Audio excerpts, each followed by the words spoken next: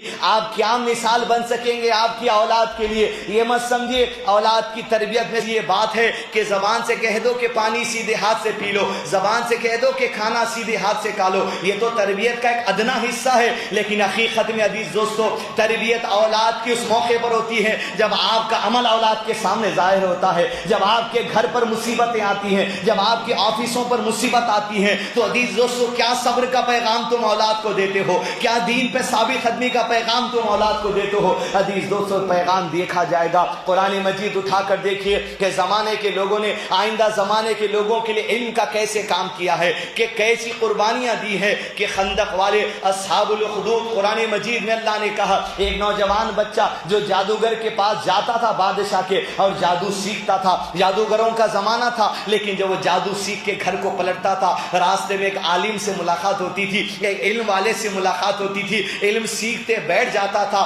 حتیٰ کہ وہ جادوگری چھوڑ کر دین اسلام کی آغوش میں آ گیا۔ بادشاہ نے پوچھا وہ لڑکا دکھائی نہیں دیتا، کہاں نظر آتا ہے؟ کہا وہ تو اسلام قبول کر چکا ہے، وہ راہب کے پاس بیٹھ کر اللہ کے دین کا ہو چکا ہے، جادوگری چھوڑ چکا ہے، تیری عبادت چھوڑ چکا ہے۔ بادشاہ نے کہا بچے کو لو، کشتی میں سوار کر کے سمندر کے بیچ پھینک دو۔ کشتی میں سوار کیا گیا، سمندر میں پھینک دیا جاتا۔ اللہ کا فیصلہ یہی تھا زمانے کے آنے والے لوگوں کو بتانا کہ علم کی بنیادیں کیا چیز ہوتی ہے۔ علم اگر نہیں دو گے، مثال اگر پیش نہیں کرو گے، اگر یوں ہی اللہ کے دین سے غفلت برتتے ہوئے حرام کاری میں مبتلا ہو جائے گی، تمہاری اولاد آنے والے زمانے کا سامنا کرنا مشکل ہو جائے گی۔ سمندر میں پھینک دیا، اللہ کی مرضی ہوئی، سمندر سے نکل کر بادشاہ کے پاس آتا ہے، کہا میری موت ایسے ہونے والی نہیں۔ بادشاہ نے کہا اونچی چٹان پر لے جا کے نیچے پھینک دو، اونچی چٹان سے نیچے پھینک دیا گیا۔ اللہ کا فیصلہ جو آنا تھا اللہ نے بچا لیا۔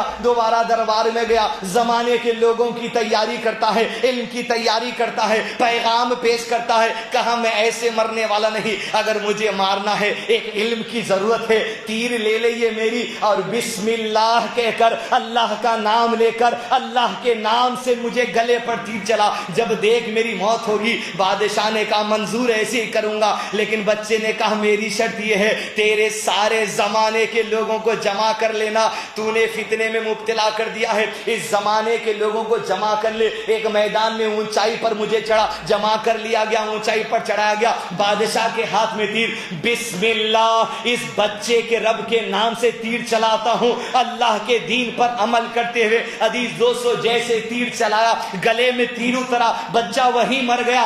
زمانے کے فتنے کو ایک علم سے ختم کر دیا، جیسے زمانے نے دیکھا پکار کر کہا ہم ایمان لائے اللہ پر جس پر یہ بچہ ایمان لے کر آیا تھا۔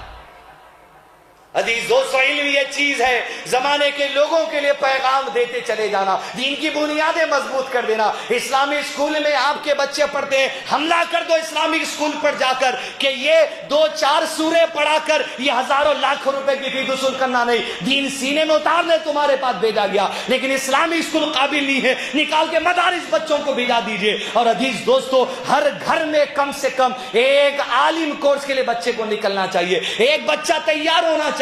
صحابہ کرام کو اللہ نے قرآن مجید میں ارشاد فرما تم میں کچھ لوگ ضرور ایسے ہونے چاہیے جو لوگوں کو نیکی کی طرف بلائیں اور برائی سے روکیں۔ اصحاب صفہ اس بات کی دلیل ہے۔ عزیز دوستو ہم میں سے دین کی علم کو لوگوں تک پہنچانے کے لیے، تبلیغ کرنے کے لیے، خاندان کو بچانے کے لیے، فتنوں سے محفوظ رکھنے، فتاوے دینے، مسائل کو حل کرنے ہماری اولاد کی فکر کرنا چاہیے۔ آپ دیکھیے آج عالم حافظ صرف غریب لوگوں کا سیوا بن کر رہ گیا۔ مدارس زکوٰۃ کیوں مانگتے ہیں؟ کیونکہ وہاں کروڑ پتیوں کے پیسے نہیں جاتے۔ مدارس زکوٰۃ کیوں لیتے ہیں؟ وہاں پیسے والوں کے لوگ نہیں جاتے۔ ہمارا نظریہ بدل چکا ہے، ایک فتنے میں قوم مبتلا ہو چکی۔ آنے والے 20-25 سال اگر ایسی نکل گئے یاد رکھو پھر ٹٹولتے پھرنا پڑے گا تم کو۔ بلاؤ عالموں کو۔ آج بھی حال ہے کہ مساجد اتنی ہے ہمارے پاس لیکن حفاظ کرام نہیں ہے۔ کہاں سے لانا پڑتا؟ حیدرآباد کے باہر سے۔ ہمارے گھروں میں نہیں ہے کیونکہ حفاظ کا شعبہ گرے ہوا شعبہ ہے۔ کیا حافظوں کا شعبہ سب سے نچلی